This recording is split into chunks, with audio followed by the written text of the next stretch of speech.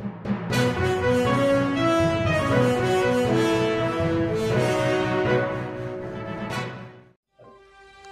सोलापूर न्यूजमध्ये आपल्या सगळ्यांचं स्वागत। सांगोला येथे भरधाव वेगात येणाऱ्या कारने एसटीला दिलेल्या धडकेत आटपाडी तालुक्यातील 2 तरुणांचा मृत्यू झाला असून ही घटना सोमवारी सायंकाळच्या सुमारास सांगोला तालुक्यातील वाटंबर येथील मान नदीच्या पुलाजवळ घडली।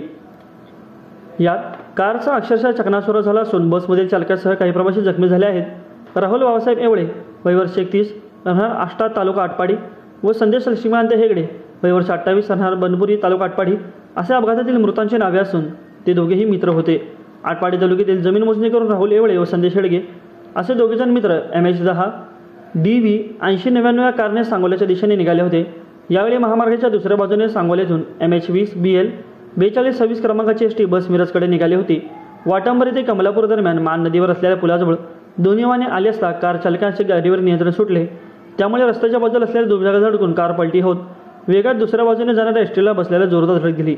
या कारमधील राहुल एवळे व संदेश हेडगे या दोघांचा मृत्यू झाला तर एसटी बसमधील चालकासह काही प्रवासी जखमी झाले आहेत।